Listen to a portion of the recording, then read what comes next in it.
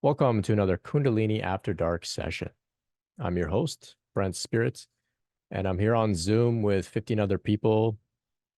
We've got about 10 or 15 others watching on YouTube, something like that. Welcome all. Thank you so much for joining us. For listening to the recording in the archive, you can join us for the next Kundalini After Dark session. You can visit brentspirit.com/afterdark to register. The topic tonight is Kundalini Shakti Awakening and the hero's journey. So tonight I'll share some of my reflections on this idea. And then I want to hear from others about their experiences or thoughts with this idea of the hero's journey, also known as the monomyth, as well as anything related to Kundalini and spiritual transformation. Questions are welcome too. I'll do my best to respond, and I'm also going to open the floor for others to respond to one another as well. I want this to be an interactive type of experience where everybody gets a chance to share some of their wisdom, support one another, relate with one another, offer resources. That's what community is all about. That's how we'll get through this together. So if you've been exploring my work for some time, you'll likely have gathered that I'm not a very technical person. I don't share specific, meditation techniques or breathwork practices or any intricate details about each of the chakras, each of the nadis and whatnot. I like a very simple approach. Even when I invite others to meditate, during the Kundalini Q&A meetings, we sit together for 5 minutes in meditation, and my instructions are very simple. Just allow and observe. So I'm a very simple guy, not very technical. So ultimately, with this type of approach, my aim isn't to inform you on all the details about this process, all the ins and outs, all the nitty-gritty, because quite frankly, I don't know all of that. Okay. I just know how to relax and surrender and trust in the natural unfolding of this process, knowing that my system, my body, my spirit, my inner Kundalini, my Shakti knows what it's doing. And the same goes for all of us. So that's why I think a simple approach is quite valid, right? So ultimately, my aim and my mission is to empower those going through Kundalini awakening by bringing them to the point where they understand that they're not a victim of what's happening, but rather they're benefiting from and participating in the most epic and meaningful evolutionary process known to humanity. So my aim isn't to provide super detailed knowledge. It's just to remind you that you're not a victim, no matter how hard things may get on this process. You're not a victim. In fact, you are a heroine. You are a hero. You're on the hero's journey.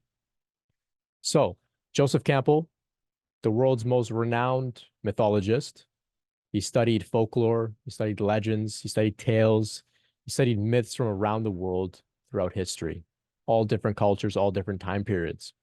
And he looked at all of these different myths, probably thousands of them. And in studying them, he extracted the major overarching themes and events that all of these stories shared in common. And then he mapped them onto a basic model, a basic template that he referred to as the hero's journey for the monomyth.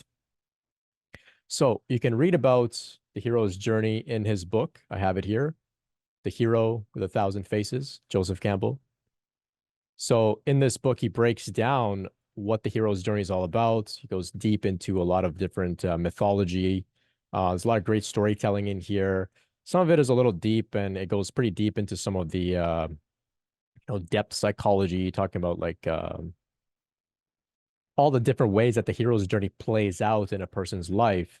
Of course, the hero's journey is, on the cover here, he's got Luke Skywalker right over here. The hero's journey is the model after which Star Wars was put together. So I'm going to demonstrate a image here of the hero's journey. So if you like, you can try and full screen my video feed. Let me see here if I can do that for those on YouTube. I don't know. Anyway, okay. So you can also just Google it, the hero's journey, go to Google Images. It's right there. So in short, The hero starts off in the ordinary world. So on the diagram, the hero is in the ordinary world, which is that top portion, a little less than half of that circle. So the hero, the heroine, of course, the language is interchangeable here for masculine, feminine. However, there is also another type of model called the heroine's journey, which is a little different. I haven't done enough looking into that journey yet, so we'll keep it to the hero's journey today. But it applies across the board for all genders, everybody, especially those going through spiritual transformation. So the hero starts off in the ordinary world, which is their known world. It's their village, it's their town, it's their city, it's their regular, normal life, right? It's the familiar. It's ordinary to them. So they get a call to adventure, to leave that ordinary world and to go into the extraordinary world, into the magical world, leaving their village, leaving their city, leaving whatever it is that they're used to, right? So once they leave, they get some form of support. Maybe it's through a mentor, a teacher, a guide, a friend, nature, right? Maybe it's the Kundalini within, it's a guru, right? As they explore this new world, they learn lessons, they face some challenges, and then ultimately they face a major battle, a transformational crisis, a death and rebirth, which is, of course, they enter into the abyss. And of course, that can look like fighting off a dragon. It can look like, quite literally like Jesus, for example, dying on the cross and then coming back resurrected. There's so many different ways that this crisis plays itself out. After undergoing this crisis, this death and rebirth, after having put to use the lessons that the hero learned, they then emerge transformed, reborn. They enter into the next phase where they understand, what they went through and why, which is, of course, the atonement. They understand, this was the journey for growth and evolution. And then, of course, they return back to the ordinary world, except now they're transformed. They have some newfound insight, wisdom. They're not the same anymore. They've evolved. So they return back to the ordinary world and they give their gifts in some way or another, right? So this is the story of the Buddha. Of course, the Buddha, he was in his ordinary world. He was in his palace. He had everything. He had not seen suffering, right? His parents didn't show him suffering because they knew that it was foretold that if this boy or this man were to see suffering, he would become a great spiritual leader. And they didn't want that. So they protected him. He didn't see any suffering. One day he says, I want to go on a parade. I want to see around, the city. So they plan a parade route and they make sure that on this route, there's no signs of suffering. They manicure it, they tidy it up. They get all the homeless people, they put them somewhere else. However, his chariot makes a wrong turn and then he sees people that are suffering. So he goes from the ordinary world into the extraordinary world, the unknown, right? And of course, he says, what is this suffering? I never heard about this, right? Then he goes, spends time with different yogis. They teach him things, but he's not satisfied. Eventually, he applies what he learns. He goes, sits under the Bodhi tree. He has a death and rebirth process, right? He goes into the abyss. He sits. He says, I'm not getting up until I'm enlightened. Demons come to tempt him. All sorts of difficult things come up. He faces his own ego. Eventually, he comes to realize the truth of impermanence, the truth of no self. There's that transformation that takes place. He becomes enlightened. It all makes sense about why he went through the journey he went through. Then he returns and now he's teaching as the Buddha, right? He spreads Buddhism. That's the story of the Buddha. It's the hero's journey. This is the story of Harry Potter. He's, living as a normal boy underneath, the stairs in his aunt and uncle's house. He gets the letters from Hogwarts. Come, join Hogwarts, join the magical school. Now, of course, he makes his way over there. He meets Hagrid. Hagrid is the mentor. He teaches him. He guides him. He learns some skills, some magic. He fights off the troll. He dies and he's reborn. The part of him that was unsure of himself dies. Now he's a little bit more confident. He knows he's a powerful wizard. He returns back to the ordinary world, transformed. So we can go on and on and on. This is the hero's journey, right? This is Neo in the Matrix.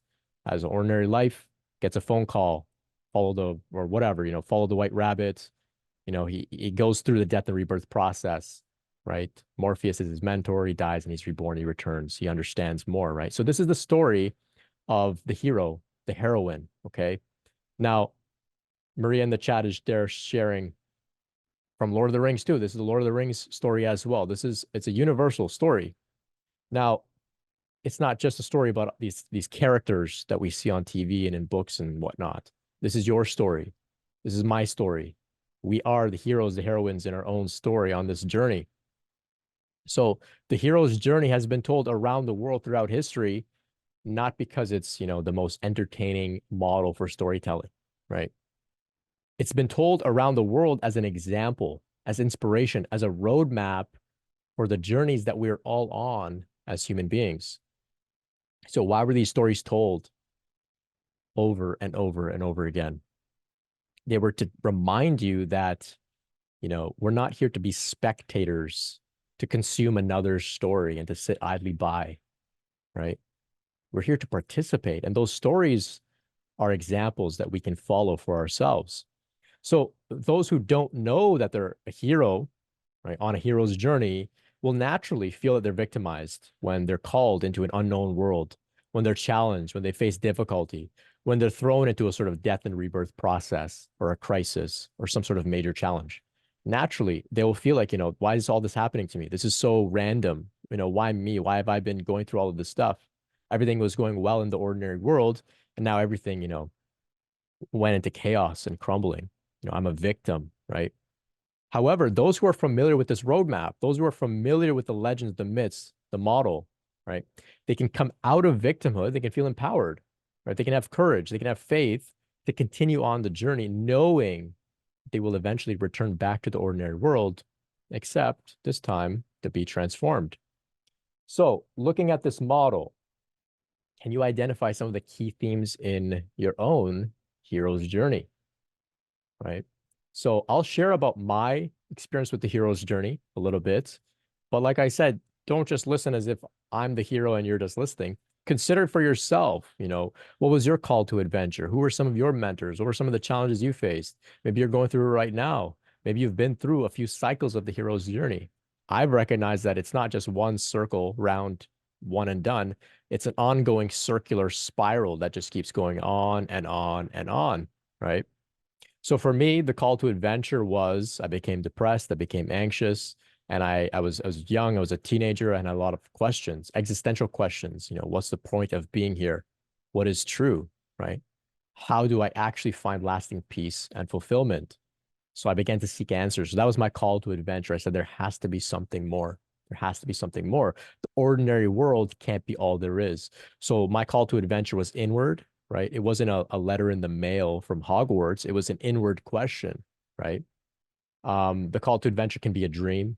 It can be, say, accidentally taking a wrong turn, falling down a rabbit hole, or like the Buddha taking a wrong turn on the parade, right? It can be some change of events. For some, it can be a psychedelic trip. If you think you're just taking drugs to party, and suddenly you're, having a full-blown spiritual transformation. You're seeing the world in a whole new way, and you're like, whoa, I'm seeing an extraordinary part of the world that I never knew was even real, right? So that could be the call to adventure, psychedelic trip, or some sort of spiritual experience.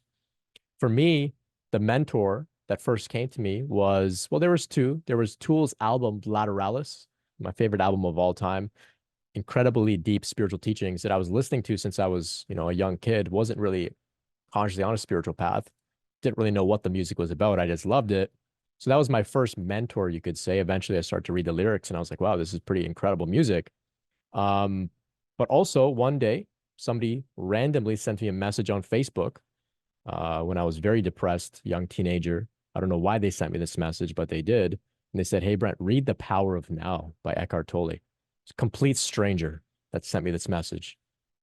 I felt compelled to read it, completely transformed my life. It was, a powerful teaching. The mentor can also be, a spirit, a ghost, an ancestor, somebody that comes to you in a dream. It could be nature. You're walking around in nature and nature's speaking to you. It's teaching you. It can be a friend. It can be a literal mentor, maybe somebody older, somebody more experienced. It could be a therapist, a teacher, a book, et cetera, et cetera. Some people have their spirit guides who come and teach them, right? Then, of course, we go through lessons. Now, the lessons give us context to practice all of the things that our mentors, our teachers, our guides are teaching us, right? So for me, um, all the challenges that I was facing after I learned, say the things like in the power of now, after I learned mindfulness, I still experienced challenges, and that gave me context to practice, right? So I faced some difficulty. I faced some tests of my mindfulness, tests of my presence, and I learned, right? I also went on some meditation retreats, so that helped as well, right? Finally, Kundalini began to awaken in me, and it awakened. And then shortly after, I entered into the abyss, the dark night of the soul. I went through a purging and purification period where all sorts of difficult things were coming up in my system. Now, I've talked about surviving Kundalini purges in an earlier episode of the After Dark series. Got many talks about different things like this on my channel as well, so you can check those out. As well as some interviews with other people that have gone through the Kundalini awakening process, and of course, it goes without saying they've gone through the hero's journey, right? So you can check those out. But for me, during the death and rebirth process in the abyss, I sat in my room, in my bed, and I just allowed all of this darkness to come forth. I was battling, you could say, these demons that were stored within me of pain, of trauma, of conditioning, of karma, past life stuff, all sorts of stuff from childhood. All of that was coming up, and I was facing the Brent that was hurt. I was facing him. I was shining the light on him. I was loving him. Some could say that I was battling demons, and I know I just said I was battling demons, and that's like a somewhat useful way of looking at it. Of course, we see this in the hero's journey, where they go and they battle, Neo battles the Agent Smith, Harry Potter battles the troll. I wouldn't say I was battling my demons, though, if I could get really specific. I was sitting with my demons and just recognizing them as another aspect of the light. And in doing so, I was shining the light on them. And in doing so, that's how they dissolved. So I didn't resist them. I didn't say, demon, I want you to leave. I wasn't trying to cut those parts of my psyche, of my body, of my mind out of me. I was just watching them. And so that's how I worked with them, right? That's how I overcame those heavier, denser parts of me, those painful parts. So, and I'm still going through this. It's an ongoing thing. Like I said, it's a spiral round and round and round.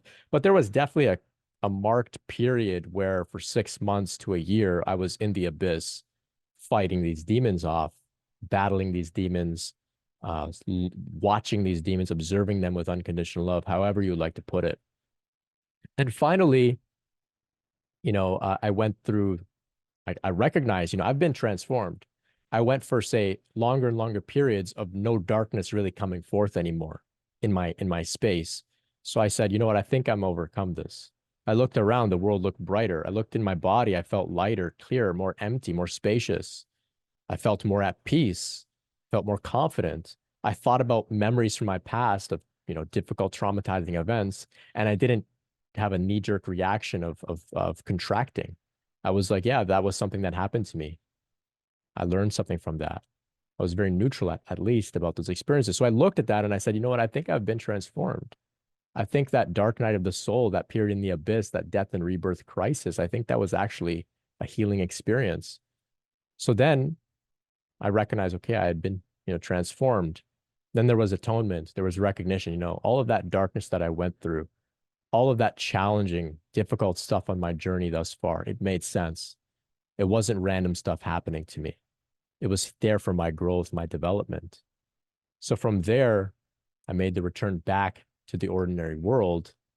And eventually, when the time was right, I was called to begin sharing about my own Kundalini awakening process, supporting others, sharing about the healing journey. And once again, bringing people from a state of feeling like they're a victim going through random stuff to being an empowered hero, knowing that they are walking the path of literally everybody that's gone through any sort of meaningful transformation since the dawn of time, right? So the journey continues, like I said, it goes round and round, spirals round and round. I see here in the chat, Lisa was asking, are you still experiencing this bouts of darkness? Not to the degree that I did during that specific period where, just shortly after the Kundalini burst through my spine, I went to a very dark place. Now it's, generally speaking, I'm quite regulated emotionally.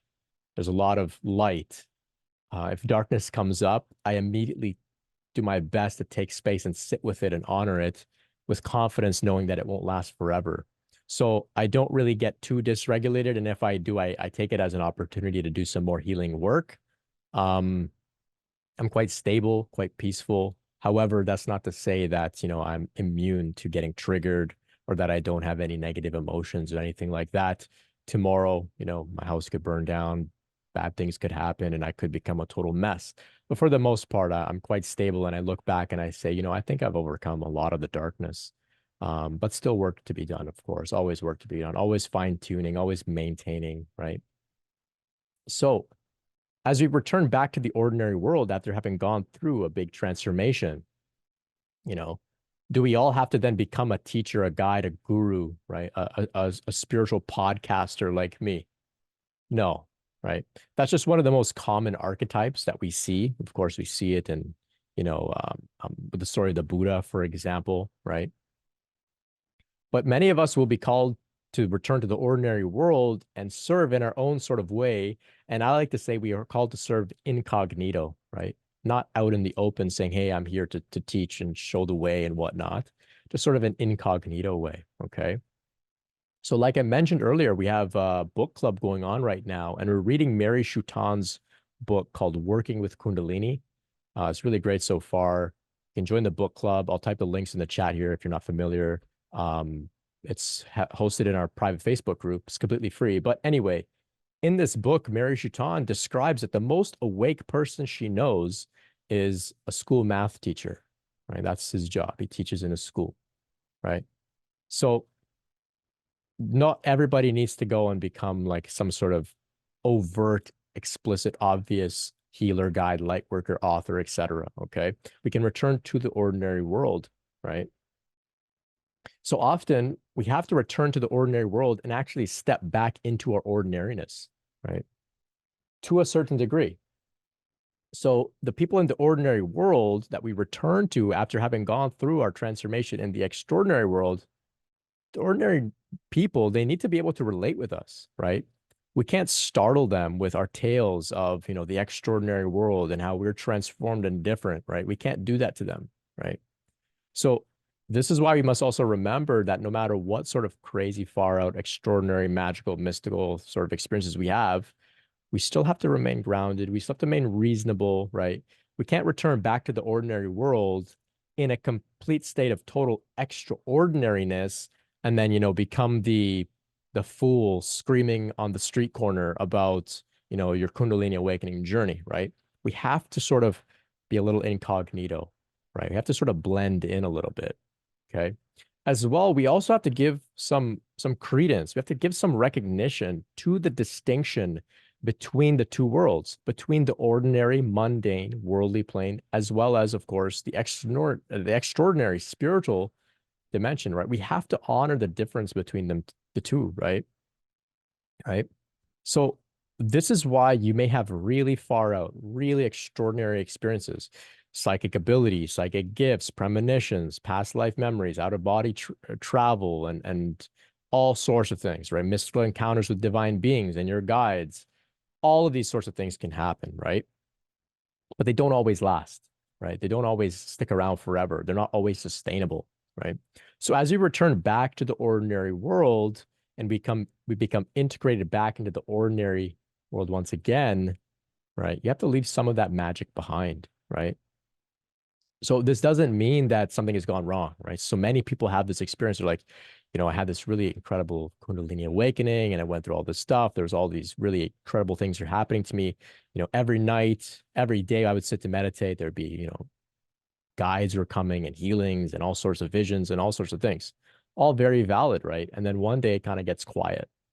There's peace, there's deeper understanding, there's stability, but there's no, magic. And they think, something gone wrong.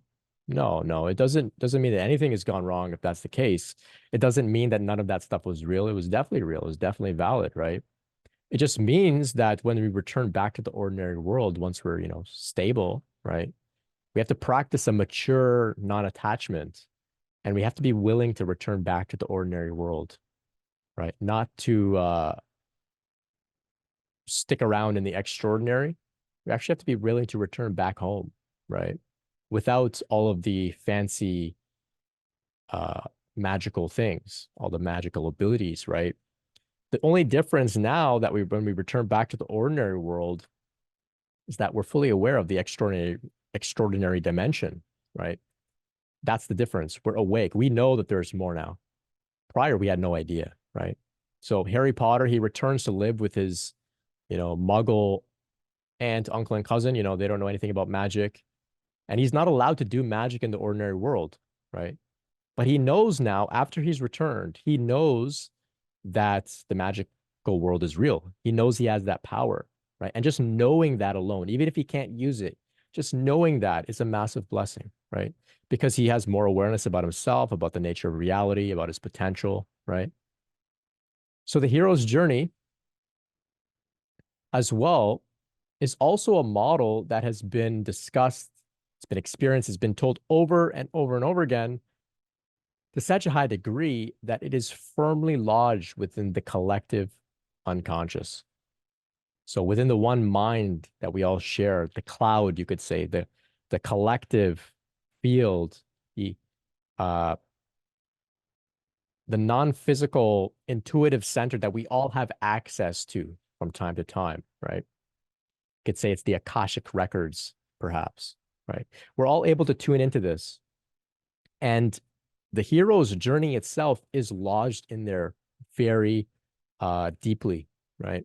So we're all able to tune into it. And that's why we may have many themes that are related to the hero's journey come to us when we are, most easily open to receiving insights and symbols and themes from the collective unconscious, which is during dreams, right? So when you dream at night, you may have dreams come to you that are, very obviously stages of the hero's journey, or perhaps the full hero's journey is played out in a dream. So you may be encountering different mentors, different teachers, right? You may be battling demons, battling other people, yelling at people, fighting with people, running away, right? This is all the hero's journey playing out in dreams. And your psyche, even though you may not have ever really learned about the hero's journey per se, it's universal. And so your psyche draws the symbols, draws the themes from the collective unconscious and presents it to you during your dreams to give you a sign, a symbol, a message of what you might be going through. As well, to the same, point, many that experience what some may refer to as, say, mental illness, maybe psychosis, maybe some schizophrenic states. A lot of people that are having these types of experiences, though not all, some seem to report, that they're having thoughts, they're having themes, they're having visions of death and rebirth, right? Some of them have thoughts of being the Messiah, being the chosen one, coming back to help, to heal, right? They have thoughts about the end of the world. There's paranoia that the world is ending or the world has ended, right? Things like that. So it seems that in these sort of expansive states of consciousness, that some that are, maybe called psychotic or called schizophrenic, right? It seems that they're tapping into, once again, the hero's journey themes, right? And they're not just rambling about complete and utter nonsense, right? A lot of them are speaking about things that if you really listen closely, there's these themes that are coming out that are, very obviously hero's journey themes. I think what's happening here, and it's not just me that thinks this, um, if you look into the work of, say, like Stan Groff, Jung, right? They're talking about what they may call these mental illnesses or these altered states of consciousness, not as a sickness, not as an illness, but as an opening to something much more higher, right? And so, in my view, what they're doing is they're tuning into the oldest story ever told, and they're living it out within their own way, within their own mind. And some of it, yeah, it may be a little outlandish, for them to think that they're the Messiah or that the world is ending or that they're dying. But it's symbolic, right? It's symbolic. When they think that they're the Messiah, they're just recognizing I'm the hero in my own journey, right? When there's death and rebirth, they're experiencing the death of the false self, death of the old self, and an evolution and a rebirth of a new self, right? So if those states that the people that find themselves in those states, if they're supported, nurtured, comforted, right, they're given a chance to express, right, they can be ushered along through the hero's journey in their own way, right? So this is what we're trying to do here in general. is to just raise awareness about Kundalini so that, the culture shifts and they don't just see all of these experiences that people are having as just, random, arbitrary mental illness. Something much, much deeper going on here. And I know that many of us here are able to, relate, right? So the hero's journey model is a roadmap of the spiritual transformation journey. It's a roadmap of the Kundalini awakening process. What we're all going through is not random. It's a well-known, well-documented journey that we can have faith and trust in. We're destined, like all heroes and heroines, to overcome the difficulty and to go through the transformation. So if you're struggling right now, know that it's not the end for you. Keep going. Things will make sense in time. So the hero's journey is a theme that I explore even more in detail in my course, Grounded, Spiritual Emergence and Integration. The major theme addressed in that course is about how to return back to the ordinary world and function in an integrated way after having undergone a profound spiritual and energetic transformation. So you can find out about that at brentspirit.com/grounded. As well, like I said, we're trying to, make a dent in the culture here to raise awareness about what we're going through. So the project that I have going on is kundaliniawareness.org. You can submit your story about some of your experiences.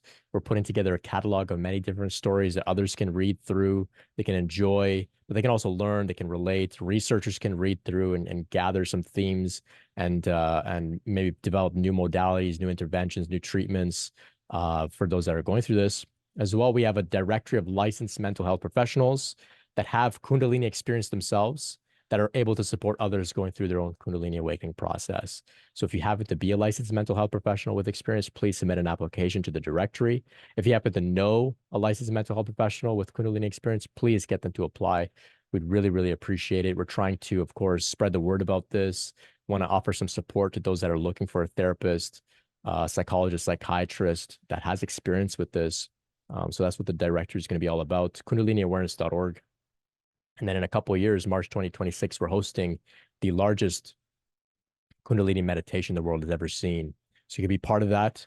We'll meet online, we'll meditate together, and we will, create some sort of international, global, interconnected field of Shakti, of that meditative power of consciousness. And it should be an interesting time. I don't know what'll happen, but I was told this date and I was told to do this. So, we'll find out together. So now I want to hear from you all about your thoughts and your experiences with this theme of the hero's journey. We can also take some questions about anything to do with Kundalini, anything to do with the spiritual path. And I'll open the floor up as well for general sharing. Maybe you want to be heard by others. Maybe you've got some interesting experiences that are happening to you lately. And you want to relate, knowing that, we've got a handful of people. There's about 20 of us here on Zoom. We're all going through this. So, we're in good company. So let's get some conversation going. Brent, thanks so much for sharing all that. It was amazing. It is definitely a hero's journey. And I just love this group because we can just support each other along the way. My question is, with all these intense energies that have been coming in, I'm feeling it. I'm feeling it big time. I'm actually in Thailand and I spent 3 days literally just in bed, just as you mentioned, just being with the darkness, being with the energies. And this morning, actually, I'm taking a flight to Chiang Mai, and 2 hours, I was just bawling my eyes out, just bawling. Woke up trying to, greet the day with a smile on my face. But it's just deep within. And what came up for me is this sense of unworthiness. And what I'm trying not to do is get into the trauma, like the story, but it's just deep within. And so is this part of the Kundalini? Is it the ascension?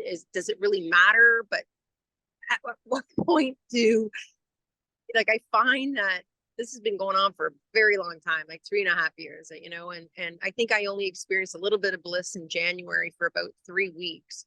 and then right back into this darkness. And I know the collective is going through the darkness, and I don't know if I just needed to get this out to see how everybody else is feeling. I know I've posted a few times online. But any suggestions, any tips? I mean, I know that you talked one time about sitting in your room and just putting love around it and putting your hand on your chest and experiencing the love. And I tried doing all of that stuff, you know, and right now where I'm feeling the energy is right deep in my core. And I feel as soon as I land and I get to my hotel room, I feel like this tsunami of tears are going to come, which I know is good, but in the process, it's just, you just feel like dying. And I don't know if others felt this way either. So I'd love to hear what others do, any other suggestions, what you can maybe suggest. Yeah, thanks, Lisa. I think you can, you shared so many themes that all of us can relate with to some degree or another, I'm sure. So if others would have something to share for Lisa, please, you can type it in the chat. You can jump on Zoom. I can share some thoughts here. So, firstly, you mentioned, 3 weeks of bliss. Some people haven't experienced any bliss. So, at least you have that experience as a bit of a marker of, going through something meaningful. And, it's not just all things going haywire. And the bliss was there to, give you a bit of inspiration to keep going. Not unusual what you're going through. So a couple of themes came up. You mentioned, is this Kundalini? Is this ascension? Is this collective? In my view, and like I said earlier, I take a very simple approach. It's all one thing. It's all Kundalini. It's all ascension. We are the collective. So whatever it is, we have to work with it. And I think regardless of whatever it is specifically, the work is the same, right? So we sit with it, we allow it, we explore it. You mentioned trauma drama, and I understand, you don't want to get too involved in the story, which could stir up excessive victimization. However, I think we do have to honor the story and see, what really are the key events in our lives, the beliefs we were told, the ways that we were modeled to, the messaging that we took in, that may be at the foundation of some of these deeper core beliefs or emotional, you could say, wounds, such as unworthiness. What really is the story there? That will help us to go from a vague, general feeling to something very specific. And if we go in with a sort of magnifying glass at times, or the willingness to hear that story out, interesting things happen where like vivid memories may come up, a name, a word, a memory of being in a certain place, a certain event can come up. And intuitively, I see the roots of my unworthiness. I see. There's a subtle comment that, my parent made to me at some point when I was a young kid. And I adopted that and I took it in, and it became, something that drove me for the rest of my life. These are the ways that we can actually work with, some of these more core feelings, especially unworthiness. So something to explore. Don't be afraid of the trauma drama. I think having awareness of the trauma drama is enough to get you to not be too fixated on it. It's those that have no a sense of, trauma drama that get caught up in it. But because you have a sense, go all in on it. See what it's all about, right? Listen to the inner child. As well, contemplate that we're entering into uncharted territory here. It's natural to feel unworthy.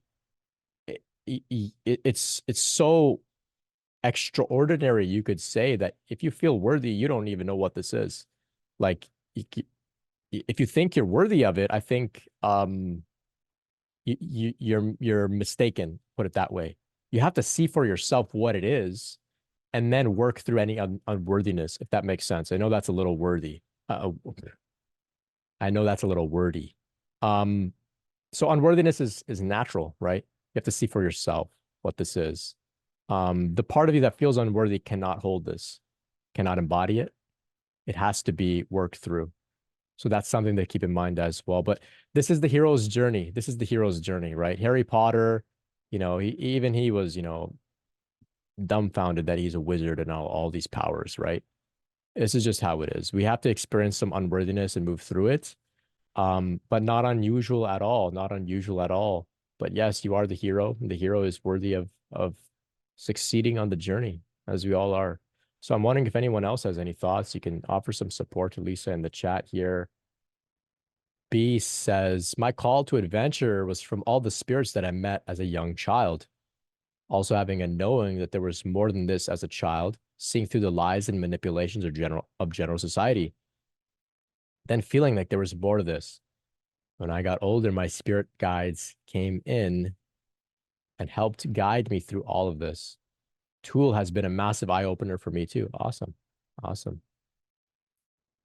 In my mid 20s, I went through an on and off psychotic episode that I didn't realize was weird because I always had voices and saw spirits.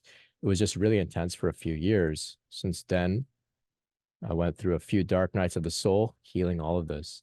It's been a spiral out of the dark and into the light. It's still ongoing. Well said. Yeah, interesting that quite literally the call to adventure was the spirits that you were aware of as a young child. And yes, of course, the hero's journey, of course, it's not black and white, right? Like sometimes the call to adventure and the mentor are the same thing, right? They're one and the same. Sometimes they're different, but in your case, the spirits were appearing to you, and then they also cause you to wonder, what's going on with these spirits? Interesting. Thank you for sharing. That's okay. Yeah, definitely. With the spirits when I was younger, my parents called them night terrors. So they told me they were fabricated from my imagination. But the older I got and the more I spoke to elders in my family, I realized they had the same skills, I guess, as what I was experiencing. So it was just, I don't know, I kind of, everything I experienced, I thought was normal for other people to experience. But Yeah. yeah, there's just like different states of energy that you can perceive from other people. And that's one thing I'm finding a little bit confusing with the collective consciousness now. So I'm wondering if anyone else can relate to this. So I used to listen to, I can't now because I find it too emotionally, like really hijacks my frequency. But I used to listen to a lot of metal music, and Tool's something I can still listen to, but I went to a gig a couple of weeks ago and it honestly felt like they broke down the Axis Mundi I was able to put around my body, and they were just siphoning energy from everyone in the whole crowd, and to the point that I felt like I was going to faint, and my friend thought she was going to vomit. Um, I'm just wondering if anyone else is experiencing like a heightened frequency or a change in their energetic field from things at the moment more so. Maybe it was just around the eclipse season, but yeah, just wondering that. Interesting stuff, B. Yeah. So I welcome others to share as well, please. I can share some of my thoughts about, like you said, going to the concert and whatnot. Tool, yeah, Tool. They are, I guess you could say, a metal band, but I would say Tool belong to their own genre. And if you're familiar with the visionary artist, the psychedelic visionary artist Alex Gray, he's done a lot of the artwork for Tool, and he's quite incredible. He put together an animation of Kundalini Awakening, which is featured in Tool's music video, Parabola. And Alex Gray had a Kundalini Awakening as well. So Tool is no ordinary band, and that's why I think, B, you were saying, metal's a little intense for you, but Tool can still handle Tool. I love Tool. Um, People that don't like Tool tend to think of Tool fans as a little annoying, and I probably am annoying some people, but anyway, I have heard it's sort of like a conspiracy theory type idea. Maybe some others have some thoughts about this, but when there are these, big artists performing on stage, they are, like I said, conspiracy theory idea. I don't know if I buy it, but B, you're sharing some interesting stuff today. Some of these artists performing on stage, they are being worshipped, and through that worship, they are siphoning energy from the crowd, and that is how they're empowering themselves. Um, it could be what you're experiencing. Now, are they doing it in a ritualistic way, intentionally? Is that band saying, hey guys, tonight we're gonna go siphon off all the energy of, our fans out in this audience? I don't know, maybe they're doing that, maybe not.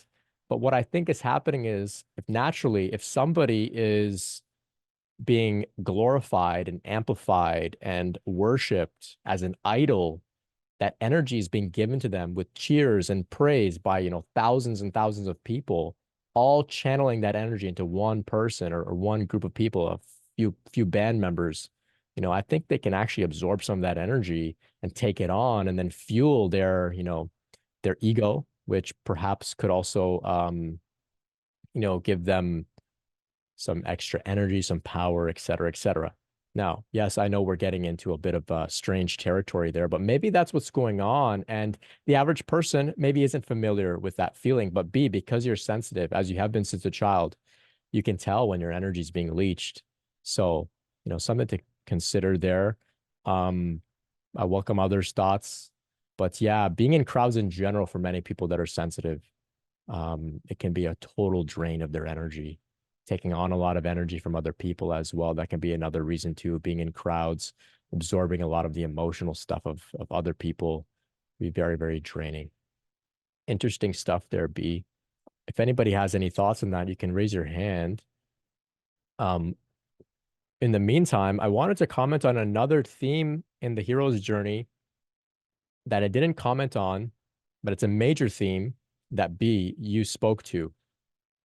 There is a period where there's sort of a refusal of the call. So we are in the ordinary world, we're called to the adventure, and then there's some part of us that says, I don't want to go, or some external force that tries to keep us from going on the adventure. So B, you have these experiences with the spirits, you want to know more about them, your family shuts you down and says, no, those are nightmares, right? That's refusal of the call, right? You're being shut down.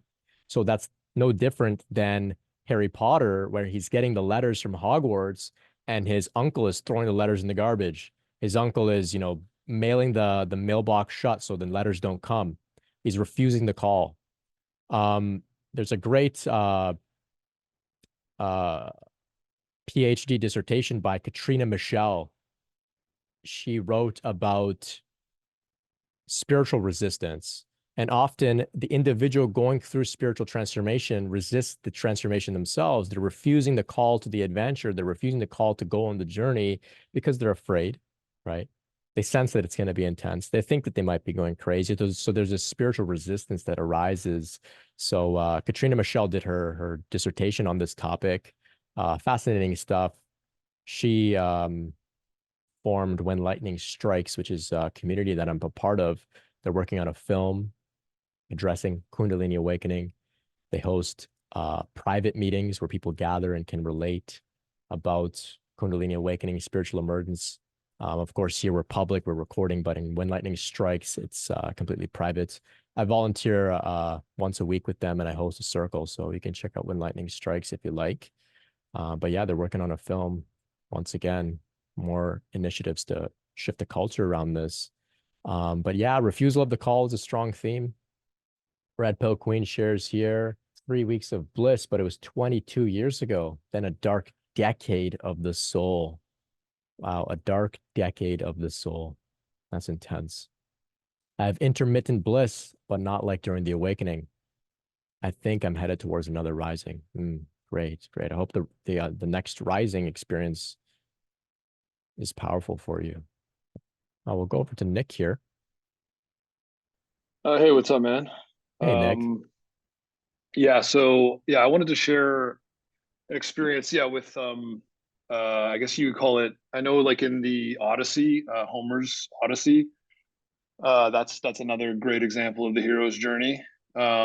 His descent to the world of the dead is an interesting part of that book, and I definitely like relate to that. I found that like I had a spiritual emergency in 2016 that was horrific, and like a direct encounter with really dark energies, but at the same time like a guiding kind of like old wise man, dark god type figure. And I think it like definitely prepared me on the hero's journey, and it definitely like constellated all of the archetypal kind of forces and activated Kundalini. I refused the call, but based on like a lot of negative influences in my life in terms of family and interacting with psychiatry, being misdiagnosed. So, but it couldn't really stop the process. And in retrospect, the contents of that spiritual emergency seemed to contain all of the archetypal themes and elements to the hero's journey. But I didn't consciously recognize what I had experienced, and like went back to sleep in a way. And then, but I think being exposed to that level of fear and darkness, and then also the themes of the hero's journey becoming conscious, allowed me to almost live out and seek, like, as I was like trying to find my way back to that same place, to that same kind of absolute kind of level that I guess you could say like the level of like death is that same level of awakening in a way, that paradoxical way where, you know, having experienced the absolute level of consciousness in this spiritual emergency kind of gave me a kind of like a reference point to return to it. And it was very much unconscious. And I think like back to what Lisa was saying about, you know, the darkness coming up, and what you were saying about the demonic kind of forces that we may encounter. Yeah, I feel like there's like a negative and a positive element to those things. I feel like we suffer through them, but they're building a tolerance and they're building strength. And there's a certain level of like gnosis that we have to achieve, a certain level of information, knowing, intellectual knowledge, experience that we have to gain, I feel like. And it's forcing us to gain it, whether we want to or not. And so like welcoming it, becoming like befriending it and going towards it is something that it wants for us. It wants us to do that. And I feel like the demonic energies that we hold on to are kind of karmic kind of codes that are like playing themselves out, trying to get us to listen and to integrate them and to understand them before we can release them. And I like the Gnostic perspective of that, because they talk about the 7 celestial bodies and how that each celestial body, which I think correlates to the chakra, that at each chakra or celestial body, there's like an archon or like a demon that you kind of meet, and then it asks you questions and tests you. And when you reach a certain level of understanding, the demon says, okay, it's like you're allowed to pass now. So you'd like meet this demon like at a toll bridge, and you have to pay a certain toll. And I think the further you go along the journey, the bigger the toll becomes, the more difficult these demons become to face. And I guess we meet them at certain pace, a different pace. We all meet it at a different pace, but it's always the same archetypal themes that correlate to the hero's journey. And I found that understanding the archetypal themes of the hero's journey was indispensable for me to really understand where I was at in the journey. I had a really difficult time in crossing the return threshold, which I think is like the 16th stage. I spent like a year and a half at that stage, and it was just I had a really difficult time passing through a demon that existed at that stage. And it was like a demon of slight inflation. It was like the archetype of the fallen angel, which tends to like inflate people, and maybe as a protection mechanism against like shame and guilt and these types of abandonment wounds. But yeah, just like being able to put everything in perspective by looking at the progression of that myth was critical, I found. And it gave me a lot of faith, because I was like, okay, this has been lived out a million times. And I know if I put work into this, like there's a predictable outcome if I participate in the right way. So I really, one more thing to say is I really like when he talks about in the Hero with 1,000 Faces, when he talks about Krishna speaking to Arjuna, when Arjuna has to go and fight his family members, which I see as being symbolic of his karma and the demons that are passed along in our family lineage. And he says to Arjuna, like, go and fight. Like, I'll already have destroyed the demons. You already have achieved victory, and I'll already have destroyed these things even before you take action, just as long as you take action. And to me, it's like, it means that there's like a certain fate. There's a certain destiny that is going to activate and go and engage if we actually just choose to fight, and if we choose to take it on in the right way. So yeah, that's it. Thanks, man. Thank you so much, Nick, for articulating all of that so well. Yeah. Yeah. Like you said, this is a journey that is, it's been traveled 1,000 times and it has a predictable outcome. And, in fact, we could say that, like you're sharing, we have to participate in our destiny. It's already been decided that we will return, go through the transformation, but we have to participate fully in it. And the way you articulated that, it's all of what you shared there, very clear, very clear. Thank you. Thank you. Yeah, I'm happy to hear that the hero's journey itself spoke to you directly in such a way. I learned about it, I think, in hindsight. Um, Looking back, it all started to make more sense.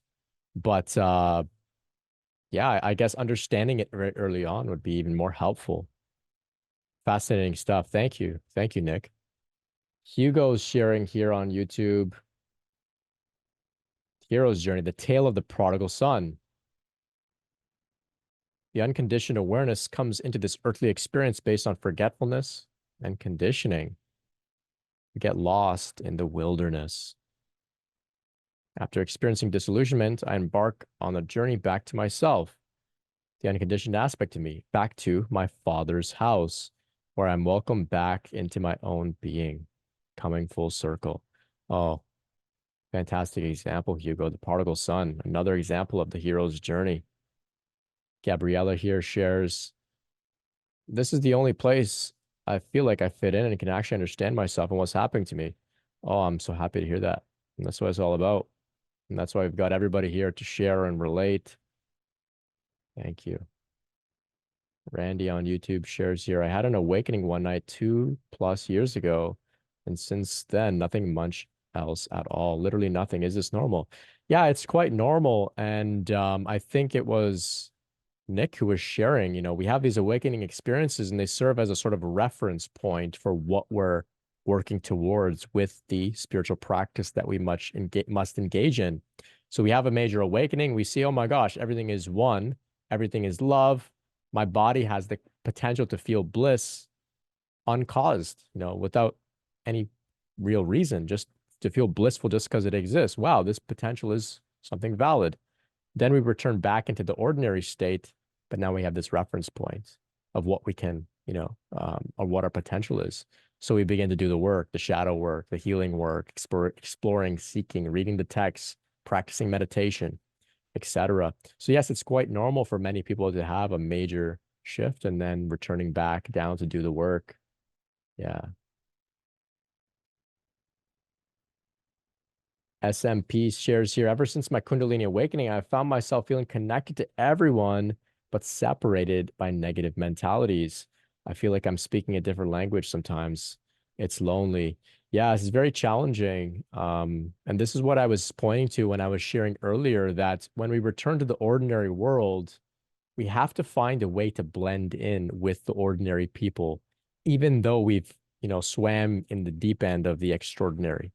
We come out and we have to find a way to relate with people, to use language that they can understand, to not speak about things that we know that they're not going to be able to accept or make use of, right? So yeah, we have to learn how to speak a common language. And in my view, I think it is up to us, after having gone through a major transformation, to meet the quote unquote ordinary people where they're at, as opposed to expecting them to meet us where we're at. So that's something to keep in mind. I think the burden is on us to meet them where they're at. Generally speaking, I'm talking about friends, family, not so much talking about, like say the mental health field. I think the burden is on them to understand us so they can serve us, because, we are paying them, right? But to friends and family, I think we've got to meet them where they're at. Yeah. Welcome, John. Thanks for joining us here. It's good to be with you. I see here, Narita has just joined as well. Welcome, Narita.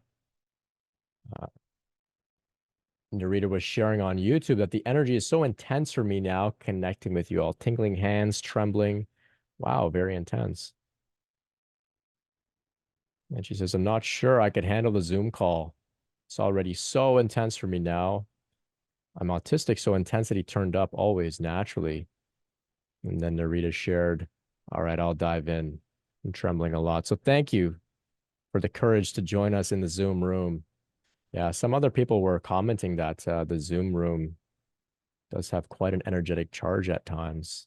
So it's a very interesting place, this virtual Zoom room. A lot of Shakti tonight. Kat shares here in the chat, I really like the concept of looking at my process through the lens of the hero's journey. I also believe in reincarnation, so it's helpful to know that my soul chose to incarnate here and that my path is not something I'm subjected to. It's something I chose before I began this life. Yes, this is great wisdom, great insight to be able to zoom out and to see this at such a high vantage point across multiple lifetimes. A very powerful perspective. And here in the chat, Life of the Jackal asks, does the hero's journey correlate with the shaman or medicine man's path? Because I related completely with Carl Jung's shaman archetype, but it also really aligns with the hero's journey. So I was curious about your thoughts on that. Yeah, maybe some others have some thoughts as well, but it 100% correlates with the, the hero's journey, the journey of the shaman, the journey of the medicine man. It's a universal thing. The hero's journey is virtually universal. So if you're able to take any story and just kind of look at the map of the hero's journey and kind of feel it out, it's very intuitive in a sense. You'll kind of get the feeling for it. But with the medicine man, the shaman, it's not like somebody who goes to become a physician, a family doctor or something today where they go to school. The medicine man or the shaman, the medicine woman, they are called inwardly to do this type of thing. And the inward call is the moving from the ordinary world into the extraordinary world, the supernatural world, the spirit world. And essentially, in many cultures, it looks like they've gone insane. They've gone completely mad. They don't fit into the ordinary world at all. They're off talking to spirits and this and that. However, the culture around them, generally speaking, in some of these more cultures that are in tune with this sort of thing, they recognize, oh, this person's on the hero's journey. This person's on the journey of becoming a shaman or a medicine woman or man. So they let them be. And they don't say they're crazy. They say, oh, that they're going through something. And often they go through shamanic sickness, which is the death and the rebirth, the period in the abyss, the dark night of the soul. They get very sick. They can't sleep. They can't eat. Things like that can happen. It can last for years. And then one day, generally speaking, it's over for them. The sickness is over and they emerge. And now they're, a certified, bona fide, certified shaman or medicine man, medicine woman. And then the whole village celebrates. They made it through. They're back with us now. And now they can help us. Now they can heal us. Now they can show us what they learned, having gone through to the other side. So there's a great essay in Stan and Christina Groff's Spiritual Emergency, which is a great book. Spiritual Emergency, when personal transformation becomes a crisis. I just finished reading it like yesterday, I think, actually. And in it, there's a great essay called When Insanity is a Blessing, The Message of Shamanism by Holger Kalwait. Yeah, great book. But yes, this is the journey of the shaman. It is the hero's journey, right? They go through that sort of shamanic sickness. They're initiated. They learn some things. They become a healer because they've healed themselves inwardly. Okay. Great. So maybe someone else has something else to share. Any questions for the group? Maybe you've got some thoughts about something like what we were just speaking about here, shamanism, becoming a medicine man, medicine woman. I know some of us are called to be these types of archetypes, the archetype of the healer, the archetype of one who is in touch with the spirit world. Okay, hello? Can you hear me? Hey, yes, I can. Okay, thank you. I don't know, it's kind of a weird jumblish question, but correlating with, I guess, Kundalini awakening and like shamanism, I never had a direct Kundalini awakening, that I can ever remember. But like with the hero's journey and any sort of Kundalini story I've heard prior, it all lines up. But I don't know. Is that like possible to go through all the things without ever having a direct, I don't know, even spiritual experience, but kind of being led in that direction through the same processes? Totally. I don't know if that, yeah, sorry. I don't know if that makes sense. Oh, it makes perfect sense. And it's a fantastic question. So typically we hear of these very flashy awakening processes. Like I was sharing earlier, energy exploded up my spine and, people connect with spirit guides and their body moves spontaneously and all that kind of stuff. And that's very obviously, some Kundalini phenomena. But there are others who don't have this obvious phenomena, but are still, like you said, going through some radical transformations without all the flashy, obvious, really intense stuff. Yeah, it is a spectrum. And on one end of the spectrum, yeah, we do have people that have these explosive firework type awakening experiences, and they see visions of snakes. And some people have synchronicity with actual snakes appearing to them in nature and stuff. Whereas on the other end of the spectrum, there are people that have a very gradual, gentle, subtle awakening transformation experience without any notable key events to really report. Now, because they don't have much to report, there aren't many accounts of people that had a gradual awakening, right? Because what's there to really write about? So it makes other people think that, they're not really going through an awakening when in fact they actually might be. So one thing you can look into is the work of PKYC, Patanjali Kundalini Yoga Care by Joan Shivar Pita Harrigan and her people, her lineage. There's a great book called Stories of Spiritual Transformation. I'll type it in the chat here. Stories of Spiritual Transformation. And there are 20 different accounts of people going through Kundalini awakening transformational experiences. And they're all very different accounts. And many of them are gradual, subtle awakenings without all this energetic, flashy stuff. So it's a great book.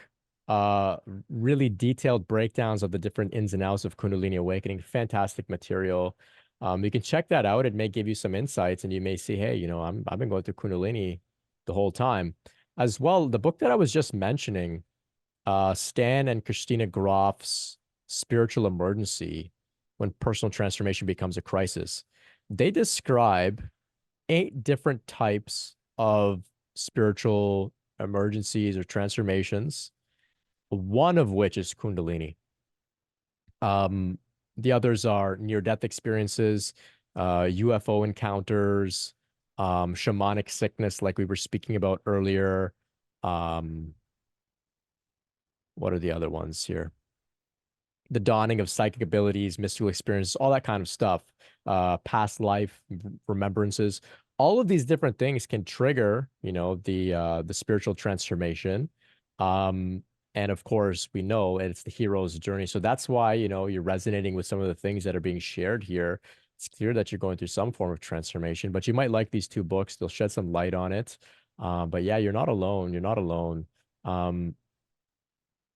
Yeah, there's many people that have, awakenings that aren't super, super flashy.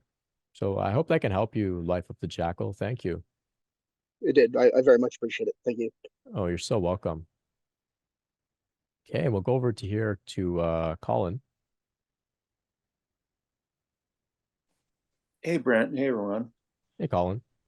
Yeah, I saved this off of Instagram, this Terence McKenna quote about shamanism that really resonated with me. I thought it was super cool, but if you don't mind me reading it. Oh, please do. I love Terence McKenna. Yeah, he's wild, huh? His stuff, what that guy comes up with is, I mean, it's anyway, and bear with me because it's little writing and I'm not the greatest public speaker. But it says, the shaman is transformed from a profane into a sacred state of being.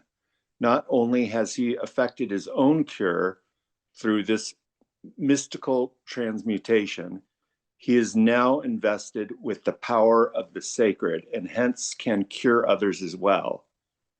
It is of the first order of importance to remember this, that the shaman is more than merely a sick man or a madman. He's a sick man who has healed himself, who is cured, and who must shamanize in order to remain cured.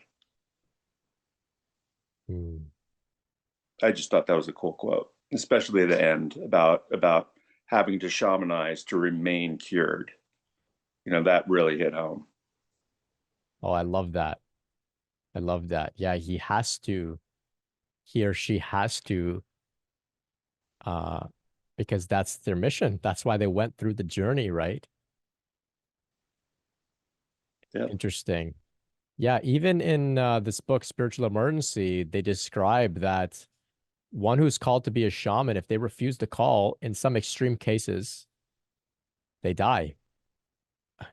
I guess like you're sharing there, you know, if they don't shamanize, they get sick again. Makes sense.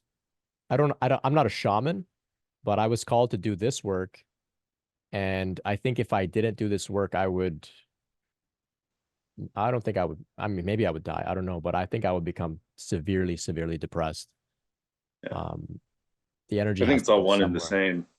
Yeah. Did you identify with shamanism at all, Colin? I think it's cool. You know, it's like the healer I went to who woke me up. I used to call him my shaman. He didn't like that, but I don't know. That was my little nickname for him. So I just think it's cool. Yeah. Yeah, it is cool. And it's I think it's like the oldest tradition or religion or practice is shamanism. And it's Yeah. very vast. It's very, very vast. There's many different elements of it. Even Tibetan Buddhism has some shamanistic or shamanic elements in it. Almost every culture in the world, you know, Yeah. Yeah. Interesting ancient stuff. culture. Great. Thank you, Colin. I appreciate it. Sure. Life of the Jackal responds here to Colin saying, Colin, thank you so much for that. That hit me hard in the feels, and I really felt that completely. So thank you very much for sharing. It has helped already. Yeah, thank you, Colin. I really like that quote. Terrence has got a lot of really, really meaningful stuff. But that was a great quote. Randy over here on YouTube says, has anyone thought about the classic spiritual battle between good and evil and being called by God? Yeah, so I think this once again is the echoes of the hero's journey, right? We're being called into the unknown, into the spiritual dimension to, you know, go through this battle of good and evil, to battle the demons, to die and be reborn. And it is a divine calling, right? Like Colin was sharing, you know, if we're called to be the shaman, we have to heed that call. Otherwise, there may be some uncomfortable consequences. Randy adds here, or maybe more of a premonition that the spiritually awakened will be called to join God's army in what many of us have heard becomes the ultimate battle of good versus evil. Interesting, interesting. In my view, I think that's some sort of metaphorical thing about this army of, you know, good versus evil. I don't think there's going to be an actual like war per se. I think if there is a war, it is what we are doing right here, right now. We're battling this war. We're fighting this war against ignorance, against unconsciousness, against the shadow. We're casting light on it, all of it. And I think that's the war. I don't think there's like some impending, you know, great big battle or something like that. I think it's symbolic, and I think we're doing a pretty damn good job together, shining the light on the darkness as heroes and heroines. Okay, so let's wrap it up here. It's been a great time with everybody. Like I was sharing, you know, we're meeting again tomorrow, Kundalini Q&A meeting, 2 p.m. Eastern. I'm going to type a bunch of links in the chat. I've got my course, Grounded, Spiritual Emergence. You can also meet with me one-on-one if you'd like to do that. If you'd like to make a donation to support this work, thank you so much. I really appreciate it. To all those that have donated, It means a whole lot. Thank you. Thank you all so much. John's got a question here. One more before we go. Brent, are you claiming to have activated Kundalini? Yes, yes, John. My Kundalini is fully awakened. I've been working with Kundalini since the age of 15. Had a handful of major risings over the course of 16 years since. And today I'm doing this work supporting others, but it's an ongoing process. Okay, it's an ongoing process. It's like a flower that continues to blossom, never stops, never stops. Ongoing healing, ongoing transformation, ongoing evolution. And this work here is the next frontier in my growth. Take care. Good night, everybody. Let's get some sleep. We'll meet again soon. Take care. Take care.